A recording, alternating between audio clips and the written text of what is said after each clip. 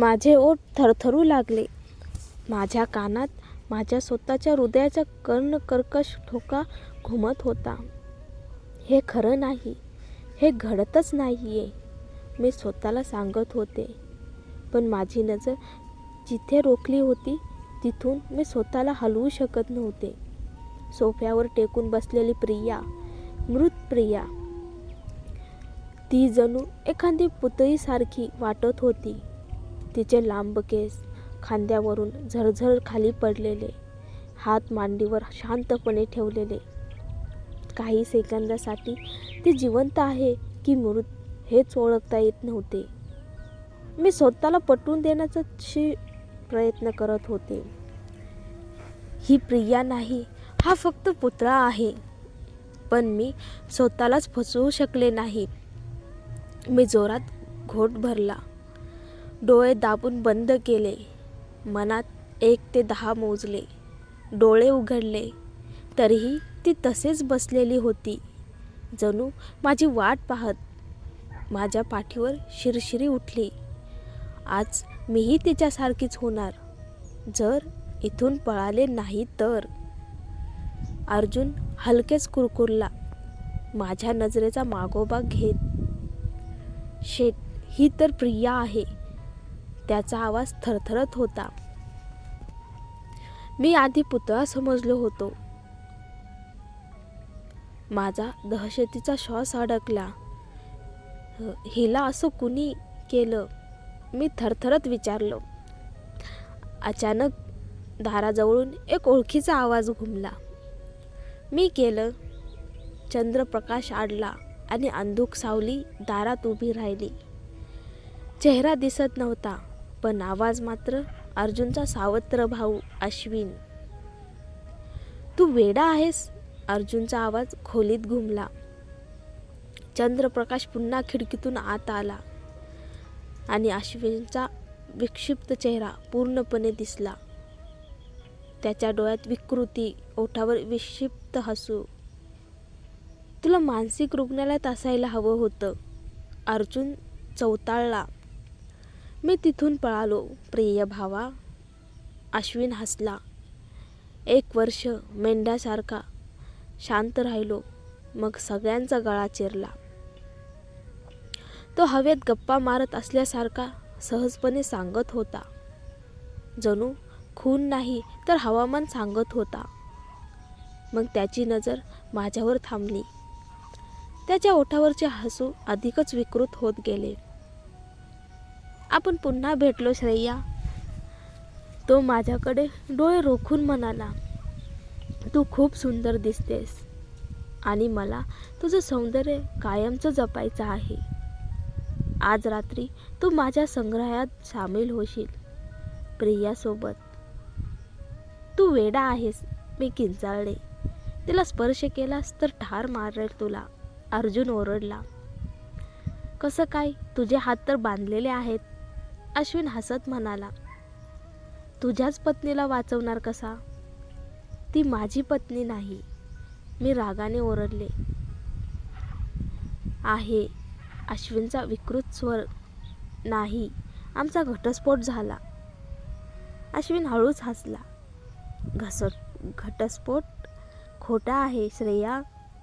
त्याने थरथर उडवणारा सत्याचा बॉम्ब टाकला. तुम्हाला वेगळं करण्यासाठी सगळं आईने बनावट केलं होतं. माझा श्वास अडकला. घटस्फोट कधी झालाच नव्हता. मी अजूनही अर्जुनची पत्नी होते. अर्जुन अजूनही माझा नवरा. अर्जुनने संतापाने दात चावले. अश्विन, मी तुला जिवंत ठेवणार नाही. पण अश्विनला त्याची पर्वा नव्हती. त्याने कपाटातली चावी काढली आणि कपाट उघडलं. एक जोराचा धाड आवाज आला आणि जमिनीवर एखादं निर्जीव शरीर पडलं. मी किंचाळणारच होते. ते शरीर त्याच्या आईचं होतं. तिच्या मानेला अजूनही फासाचा दोर सैल लटकत होता. तू स्वतःच्या आईला मारलं? मी रडत ओरडले. अश्विन आनंदाने म्हणाला. हो, तिने सत्य बाहेर येऊ नये म्हणून. अर्जुनचा आवाज मृत शांततेला चिरत गेला. तुझ्या प्रत्येक अपराधाची किंमत मोजशील अश्विन. अश्विनने बंदूक काढली. ती सरळ माझ्या छातीवर रोखली. त्याच्या डोळ्यात एकच भावना, वेड आणि खून. श्रेया, अर्जुन आणि दिव्यांश, आज तिघेही मराल. पुढच्या जन्मात तुम्हाला तुमच्या सुखाचा शेवट मिळेल.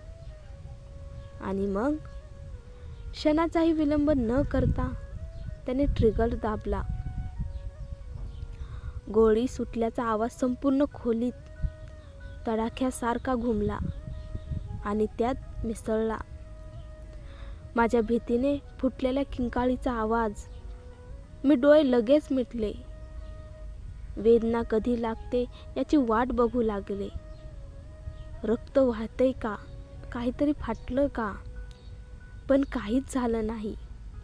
1 सेकंद, 2 सेकंद, अजूनही नाही. हळूहळू मी डोळे उघडले आणि अश्विन माझ्याकडे पाहत होता. ओठावर दुष्ट हसू. त्याच्या चेहऱ्यावर माझ्या भीतीचा आनंद झळकत होता.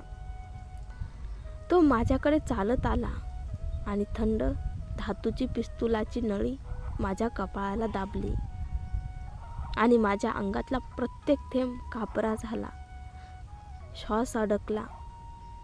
पाय, हात थरथरू लागले. मला अर्जुनची नजर न पाहताही जाणवत होती. माझ्या डोक्याला बंदूक लागलेली पाहून तोही तितकाच हादरलेला होता. माझ्या कानात फक्त माझ्या हृदयाचे भयानक ठोके.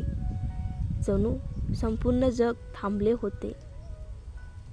घाबरू नकोस श्रेया, अश्विनचा बेसूर आवाज खोलीत दुमदुमला. मी तुला अजून मारत नाही. तू माझ्या कामाची आहेस. आधी मी तुझ्या नवऱ्याला संपवतो, म्हणजे तू कोणाच्या आड येणार नाहीस. त्याने पिस्तूल माझ्या कपाळावरून हटवून अर्जुनकडे रोखले. माझे हृदय खाली कोसळले. जर त्याने चुकूनही ट्रिगर दाबला असता. अर्जुन, मी काही करू शकत नव्हते. म्हणून मी फक्त देवाला मनात हाक मारत प्रार्थना केली. अश्विन हसत म्हणाला, विचार केला तर आधी तुझा नवरा जगता असताना मी तुझ्यावर हात टाकेन. त्याच्या चेहऱ्यावरची असहाय्य भीती, ते पाहण्यातच खरी मजा आहे. तिला हात लावला तर नरक उघडून बाहेर येईल. अश्विन, अर्जुन गुरगुरला. अश्विनच्या डोळ्यात पुन्हा वेडेपणा चमकला. तू काही करू शकत नाहीस अर्जुन. दोन्ही हात बांधलेत तुझे. तू फक्त पाहणार. मी श्रेयाला कसं मोडतो ते. मी वेळ मारून नेण्यासाठी विचारून टाकलं. प्रियाला का मारलंस अश्विन? ती चुकीची होती हो, पण गर्भवती असताना तिचा आणि तिच्या पोटच्या बाळाचा अपराध काय? खून करणाऱ्यांना त्याच्या गुन्ह्याबद्दल बोलायला आवडतं. हे माहीत असल्याने मी त्याला मुद्दाम बोलत ठेवत होते. आणि त्याचवेळी आरवने दिलेल्या अंगठीतील लहान गुप्त ब्लेड मी हलकेच बाहेर काढले. दोन्ही हात मागे बांधलेले. मी ते ब्लेड हळूहळू दोरीवर चालवत होते. अश्विनचे लक्ष पूर्णपणे माझ्यावर होते. त्याचे डोळे पेटलेले. हो, तिला मारलं मी. तो ओरडला. तिने माझ्याशी ब्रेकअप केला. माझ्या मुलांना पोटातच मारायचा विचार केला. मी मानसिक रुग्णालयातून पळून आलो आणि तिलाच संपवलं. त्याने पिस्तूल माझ्याकडे वळवलं. मी ओठ घट्ट चावून शांत राहिले. दोऱ्या जाड, रक्त वाहू लागलं, पण मी थांबले नाही. अर्जुन मध्ये आला. किमान तिच्या मृतदेहाचा अपमान करू नकोस अश्विन. तिला शांतता मिळू दे. अश्विन पुन्हा हसला. मला ती हवी होती, म्हणून मी तिचा मृतदेहही चोरून आणला आणि जतन केला. मला माझ्या कलेक्शनसाठी सुंदर बाहुल्या हव्यात. या माणसाचं मेंदू पूर्णपणे गुन्ह्यांनी गुंजलेलं होतं. दोरी हळूहळू सुटत होती, जरी माझे हात मुंग्या येऊन सुन्न झाले होते. अश्विन बोलतच राहिला. तो आपल्या पापांचा अभिमान बाळगत होता. त्याने कबूल केलं. प्रियासोबत मिळून दिव्यांचा बनावट मृत्यू तयार केला. माझं जीवन उद्ध्वस्त करण्यासाठी कार दुर्घटनेची योजना केली. नंतर दिव्यांशला प्रियाकडे सोपवणं, माझ्या आयुष्यातून मला वेगळं करणं. माझ्या डोळ्यासमोर अंधार उतरला. माझ्या मुलाला मला लुटून नेलं त्यांनी. आता मी त्याला कधीही सोडणार नव्हते. अचानक दोरी सुटली आणि जमिनीवर मृत सापासारखी पडली. अश्विनने माझ्या हाताला पकडायला हात पुढे केला, पण त्याच क्षणी मी त्याच्या हातातील बंदूक झटकून पाडली. ती दूर घसरत गेली. अर्जुन संधी साधून त्याच्यावर उडी मारली. दोन्ही हात बांधले असतानाही त्याने अश्विनला जमिनीवर पिन करून ठेवले. अश्विनने लाथ मारून अर्जुनला दूर फेकलं. अर्जुन वेदनेने वाकला. अश्विन उठणार इतक्यात मी माझ्या जांघेवरच्या होल्स्टरमधून बंदूक खेचली. थेट त्याच्या छातीवर निशाणा साधला आणि ट्रिगर दाबला. धडाम.